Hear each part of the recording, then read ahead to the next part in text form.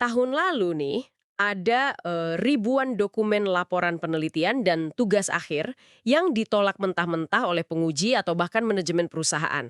Wow, ribuan ya? Iya, banyak banget. Dan lucunya, itu bukan karena datanya salah. Bukan juga karena metode pengukurannya yang keliru.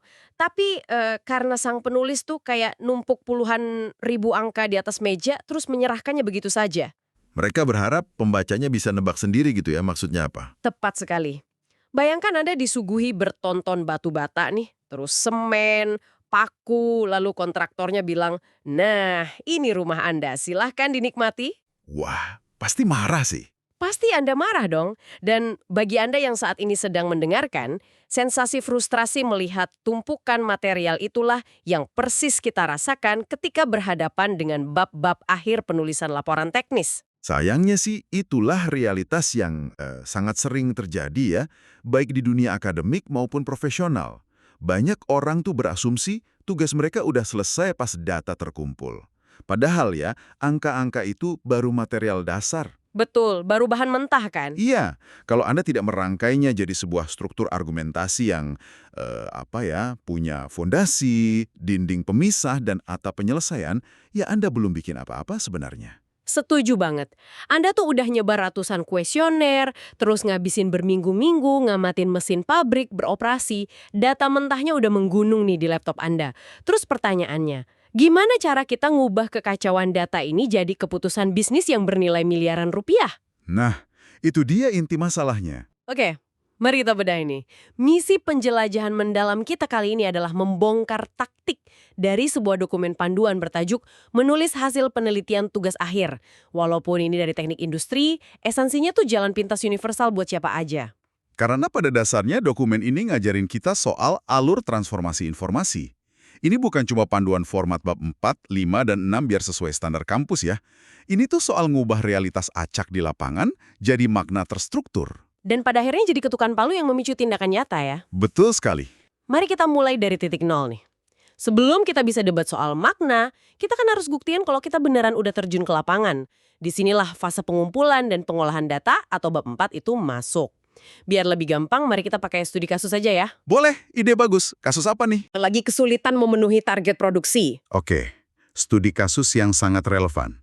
Nah, langkah pertama Anda di pabrik itu kan menangkap realitas mentahnya dulu. Anda berdiri di samping operator pemotong kulit, bawa stopwatch, terus mencatat berapa detik yang dia butuhin buat motong satu pola sepatu. Oh, ini yang sering disebut studi waktu kerja itu ya? Iya, benar. Terus Anda mencatat mungkin sekitar 100 sampel waktu. Tapi, nah ini pentingnya, angka-angka itu belum bisa langsung Anda pakai. Ada syarat mutlak di sini. Data mentahnya harus lolos uji validasi. Tunggu dulu, mekanismenya gimana tuh? Kenapa 100 sampel tadi nggak bisa langsung aja saya masukin ke rumus rata-rata? Karena realitas di lapangan itu kan penuh dengan anomali ya. Disinilah dokumen kita memperkenalkan alat seperti uji keseragaman data. Bayangkan gini, dari 100 sampel tadi, rata-rata operator motong kulit tuh butuh waktu 40 detik. Oke, 40 detik. Tapi tiba-tiba ada 3 sampel yang waktu potongnya melonjak jadi 200 detik. Kenapa coba? Mungkin pas itu listrik pabriknya berkedip atau mesinnya macet sebentar. Jadi ada gangguan eksternal gitu. Tepat. Kalau Anda masukin data anomali yang 200 detik ini ke perhitungan rata-rata, seluruh standar waktu kerja pabrik bakalan jadi bias. Jadi terlalu longgar nanti. Uji keseragaman data ini tuh semacam filter matematis buat ngebuang anomali ekstrim itu. Masuk akal, masuk akal. Ini tuh ibaratnya kayak nyortir biji kopi sebelum dipanggang ya. Kita buang biji yang busuk biar nggak ngerusak rasa seluruh teko kopi. Nah, analogi yang pas banget. Di dokumen sumber kita juga ada nyebutin uji kecukupan data. Itu bedanya apa sama yang tadi?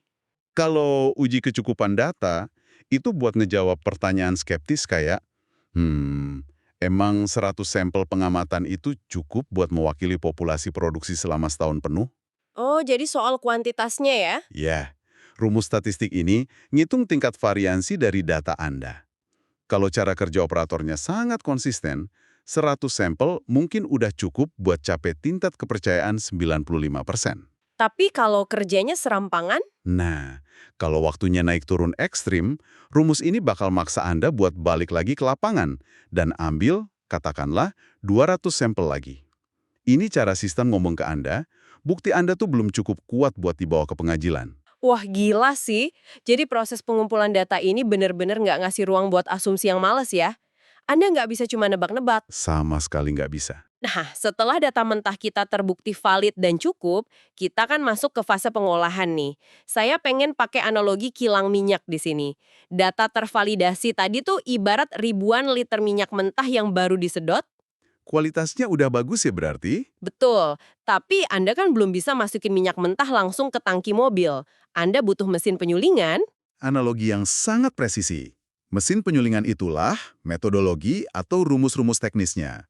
Misalnya nih, pabrik sepatu tadi mau maksimalin keuntungan, tapi bahan baku kulitnya terbatas, terus jam kerja karyawannya juga terbatas. Terus gimana cara ngolahnya? Anda masukin data tadi ke mesin penyulingan yang namanya pemrograman linier. Ini dasarnya model matematika yang nyari titik potong optimal di antara berbagai keterbatasan yang saling nabrak tadi.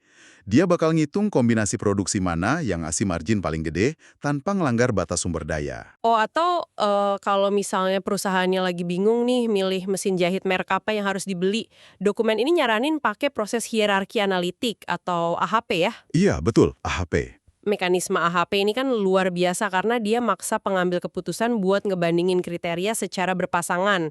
Kayak, seberapa jauh lebih penting harga mesin dibandingin daya tahannya? 2 kali lipat kah? 3 kali lipat? Nah, iya. Rumus ini yang nantinya ngubah penilaian subjektif manusia yang sering bias itu jadi bobot angka yang sepenuhnya logis dan terukur. Atau orang juga bisa pakai perangkat lunak simulasi kayak Arena atau ProModel ya buat ini. Tepat sekali. Anda bisa jalankan berbagai macam model. Tapi nih, ada satu hal yang membedakan analis brilian dari amatir, yakni gimana cara mereka mempresentasikan proses penyulingan ini di atas kertas. Ah, ini nih. Banyak penulis ngerasa karena mereka udah susah payah ngitung rumit, mereka harus numpuk ribuan baris angka iterasi itu ke dalam halaman laporan utama. Iya, kayak mau pamer usaha mereka gitu loh. Padahal, disinilah bagian yang sangat menarik dari dokumen kita. Aturan visualnya tuh tegas banget. Jangan jadikan bab pengolahan data sebagai tempat pembuangan akhir. Setuju. Kalau datanya repetitif, tampilkan aja satu contoh perhitungan manualnya buat buktiin Anda paham. Sisanya, buang ke lampiran. Jangan nyiksa pembaca Anda. Benar banget. Penulis tuh harus memandu pembaca membangun alur logika. Nah, dokumen kita ngasih satu trik sederhana tapi dampaknya besar. Awali setiap sub bagian perhitungan dengan kalimat, langkah ini bertujuan untuk. Iya, itu penting banget. Jadi, pembaca punya peta mental. Alih-alih langsung dilempar rumus akar kuadrat, mereka dikasih tahu dulu. Langkah ini bertujuan mencari tahu jumlah stok pengaman di gudang. Tiba-tiba, rumusnya jadi punya nyawa kan? Punya arah yang jelas. Dan yang paling krusial dari fase penyulingan ini, di akhir bab pengolahan data, Anda wajib nyediain tabel ringkasan hasil utama. Betul. Ini ibarat bahan bakar beroktan tinggi yang keluar dari kilang minyak Anda. Tabel yang bersih dan mudah dicerna. Tapi masalahnya, tabel ringkasan itu kan pada akhirnya cuma sekumpulan angka mati ya. Angka 20%, angka 500 juta rupiah. Angka ini nggak bisa ngomong sendiri ngejelasin apa yang terjadi di pabrik sepatu kita. Nah, disinilah kita butuh bab 5. Analisis dan pembahasan. Ini jantung intelektual dari seluruh pekerjaan Anda. Di sini, Anda bertransformasi dari sekedar pengumpul data jadi seorang pemikir. Dan ada pemisahan konsep yang sering diremehkan nih. Banyak orang ngira analisis dan pembahasan itu sinonim yang bisa ditukar-tukar. Padahal mekanismenya benar-benar beda ya. Yang sangat memukau di sini adalah kejernihan pemisahan tersebut. Analisis itu proses bedah anatomi. Anda melihat tabel ringkasan, lalu memecahnya buat melihat pola atau tren. Anda murni jadi pengamat objektif yang menjawab apa yang terjadi pada data. Oke, kalau balik ke pabrik sepatu, kalimat analisis tuh bunyinya gini ya. Berdasarkan hasil simulasi, ditemukan bahwa dengan mengubah tata letak, efisiensi naik 20% dan penumpukan barang turun drastis. Saya cuma lapor fakta di layar kan? Persis, tanpa opini sama sekali. Tapi kalau pembahasan, itu proses memaknai fakta tersebut dan menaruhnya ke konteks dunia nyata. Anda dituntut menjawab mengapa itu terjadi, apa dampaknya, dan bagaimana solusinya. Oh, jadi di pembahasan saya baru bilang efisiensi naik 20% karena tata letak baru memotong jarak jalan kaki operator sejauh 5 meter yang menghemat waktu 2 jam sehari. Tepat. Pembaca kan nggak nyewa Anda cuma buat bacain tabel. Mereka butuh kepakaran Anda. Dan di sini dokumen kita ngenalin analisis sensitivitas. Bagaimana kalau besok harga lem impor pabrik sepatu itu melonjak tajam 40%? Apakah tingkat produksi optimal yang tadi kita banggakan masih berlaku atau pabrik malah rugi? Itulah esensinya. Analisis sensitivitas itu ngasih tekanan ekstrem ke model Anda untuk ngelihat di titik mana model itu bakal patah. Ini nunjukin kedalaman berpikir Anda. Tapi tunggu dulu, ada skenario mimpi buruk nih. Katakanlah saya udah ngolah data pabrik sepatu hati-hati banget. Lolos uji validasi. Terus saya masuk pembahasan. Mau nyandingin temuan saya dengan teori toko besar di bab 2. Tapi ternyata data lapangan saya bertolak belakang 180 derajat sama teori itu. Wah, ini sering terjadi nih. Teori bilang metode A paling efisien. Kenyataan di pabrik saya, metode A bikin mesin cepat rusak. Bukankah ini berarti riset saya gagal total? Justru enggak dong. Jika kita hubungkan ini dengan gambaran besarnya, anomali semacam itulah yang menggerakkan roda ilmu pengetahuan. Kesalahan fatal pemula itu biasanya malah memanipulasi data biar pas sama teori. Wah, pembohongan publik dong itu. Banget. Itu kebohongan akademis. Teori di buku teks kan dibangun dengan asumsi kondisi yang terkendali. Mungkin pabrik sepatu yang Anda teliti punya tingkat kelembapan udara spesifik yang bikin bahan bakunya bereaksi beda. Variabel yang nggak kepikiran sama pembuat teori aslinya. Jadi alih-alih panik, kita justru harus menyoroti perbedaan itu dong. Kayak buku teks bilang X, tapi di lapangan terjadi Y karena ada variabel kelembapan. Ini kan luar biasa kita nemu kepingan teka-teki baru. Tepat. Anda menyumbangkan kebaruan empiris. Selain itu, dokumen kita juga mewajibkan pembahasan implikasi manajerial. Anda nggak bisa cuma seneng nemu anomali teori. Anda harus turun dari menara gading dan ngejelasin ini ke ruang rapat direksi. Manajernya pasti bakal nanya, terus dampaknya buat bisnis saya besok pagi apa gitu kan? Betul, Anda harus ngubah temuan akademis jadi manual kebijakan. Kalau tata letak baru lebih baik, HRD harus rotasi karyawan kayak gimana? Divisi pengadaan harus beli apa? Kita tiba di ujung perjalanan, bab 6. Kesimpulan dan saran. Atau yang saya suka sebut, ketukan palu hakim. Ah, istilah yang bagus itu. Setelah persidangan logika yang panjang, apa pesan terakhir biar pembaca bisa langsung ambil tindakan? Bab ini tuh murni tentang kepastian. Nggak ada lagi ruang buat perdebatan baru. Dokumen panduan kita memperkenalkan mekanisme yang tajam yang bisa dirangkum ke prinsip 3R. Ringkas, rapi, dan relevan. Oke, ringkas, rapi, relevan. Mari kita urai. Pertama, ringkas. Ringkas itu berarti kesimpulan harus jadi jawaban langsung, nggak pakai basa-basi. Aturannya ketat. Kalau di bab 1 Anda punya 3 tujuan penelitian, ya di kesimpulan idealnya ada 3 poin jawaban yang berkorespondensi. Simetris ya, 3 pertanyaan dijawab dengan 3 pernyataan. Sangat elegan. Terus yang kedua? Rapi. Rapi dari apa nih maksudnya? Rapi dan bersih dari data atau argumen baru. Ini pantangan terbesar. Haram hukumnya buat tiba-tiba munculin metrik baru, grafik, atau istilah teknis di kesimpulan kalau itu nggak pernah dibahas di bab sebelumnya. Tapi tunggu sebentar. Saya mau nge-pushback dikit nih. Dunia nyata kan terus bergerak.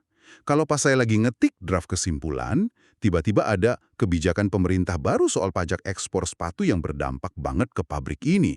Masa saya abaikan aja karena belum disebut sebelumnya? Ya harus diabaikan dari kesimpulan.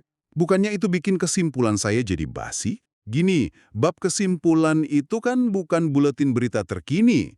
Ini penutup dari argumen yang premisnya udah disepakati bareng pembaca dari awal. Kalau Anda masukin variabel pajak baru mendadak, Anda ngelanggar kontrak logika. Pembaca nggak tahu itu dampaknya dihitung pakai cara apa. Oh, karena belum lewatin proses penyulingan analitis yang tadi kita bahas ya. Betul sekali. Kalau variabel itu emang sepenting itu, Anda harus mundur lagi ke bab pembahasan, analisis dampaknya secara formal, baru bawa ke kesimpulan. Integritas narasi itu jauh lebih penting dari sekedar jadi yang paling update. Masuk akal. Kesimpulan bukan tempat nanam benih kejutan ya, tapi tempat manen apa yang udah ditanam. Terus yang ketiga, relevan. Ini sih jelas ya, harus terhubung balik ke tujuan awal laporan. Iya, buat ngasih rasa tuntas ke pembaca. Nah, Setelah kesimpulan, kita masuk ke bagian saran. Disinilah ujian sesungguhnya dari pragmatisme dokumen teknis. Dan sayangnya, banyak penulis yang gagal total di sini. Iya kan? Jadi, apa arti semua riset berbulan-bulan ini kalau ujung-ujungnya saran penutupnya cuma bunyi, semoga pabrik sepatu ini semakin maju di masa depan. Aduh, klasik banget itu. Melihat kalimat normatif kayak gitu di dokumen teknis, rasanya kayak ditampar loh. Itu bukan saran operasional, itu doa ulang tahun. Nggak ada nilai utilitasnya sama sekali buat manajer pabrik. Anda menyuarakan frustrasi semua penguji akademik dan eksekutif nih. Saran yang sah itu harus punya nilai guna mekanistis yang bisa dieksekusi. Biasanya dipecah jadi dua arah. Pertama buat praktisi atau perusahaan. Jangan beri mereka doa, beri mereka taktik. Kayak di pabrik sepatu kita, sarannya mungkin begini. Manajemen disarankan memajukan jadwal perawatan mesin potong dari setiap 3 bulan jadi 2 bulan untuk mengurangi waktu henti mesin sebesar 15%. Sangat spesifik dan bisa masuk agenda rapat besok. Sempurna. Anda ngasih mereka alat kendali. Nah, arah yang kedua adalah saran untuk peneliti selanjutnya. Di sini ada ironi yang indah. Penguji itu jauh lebih menghormati penulis yang berani dan jujur mengakui titik buta dalam risetnya. Tapi secara psikologis, ngakuin kelemahan model kita di halaman terakhir itu bukannya kayak ngejatuhin kredibilitas sendiri ya? Sama sekali enggak. Di dunia empiris, kesempurnaan mutlak itu ilusi belaka. Kalau Anda nulis, riset ini belum memasukkan faktor kelelahan fisik operator saat lembur, disarankan peneliti selanjutnya mengintegrasikan metrik tersebut, itu malah nunjukin kematangan Anda. Oh, menunjukkan kita paham betul batasan instrumen yang kita pakai ya? Iya. Anda nggak sok tahu. Anda meletakkan fondasi yang kokoh, lalu ngasih cetak biru buat orang lain ngelanjutin bangunannya. Perspektif yang melegakan banget sih ini. Kita nggak wajib nyelesain semua masalah dunia di satu laporan, yang penting sumbangsi datanya valid sesuai parameter kita. Wah, kita benar-benar udah menggali sangat dalam hari ini. Benar sekali. Untuk Anda yang udah nemenin dari tadi, mari kita petakan ulang rutenya. Bab 4 itu kilang minyak, Anda tempat buktiin realitas lapangan, dan nyuling data mentah jadi tabel ringkasan yang bersih. Bab 5, itu mesin kognitif Anda bekerja.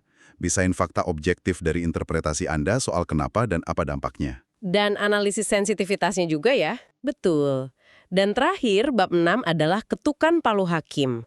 Tunduk pada prinsip ringkas, rapi, relevan, diakhiri saran operasional yang bisa dieksekusi. Alur ini tuh alat pemindai kebohongan intelektual terbaik yang Anda miliki. Kalau nggak ada bukti di awal, jangan berspekulasi di tengah. Kalau nggak dibahas di tengah, jangan diselundupkan di akhir. Arsitektur logika yang sangat presisi sih ini. Dan ngelihat gimana sistem ini berjuang membentengi fakta dari asumsi, ini memunculkan pertanyaan penting ya buat kita renungkan. Apa tuh? Mari kita bayangkan sebuah skenario. Seorang analis udah ngumpulin data yang secara matematis 100% akurat.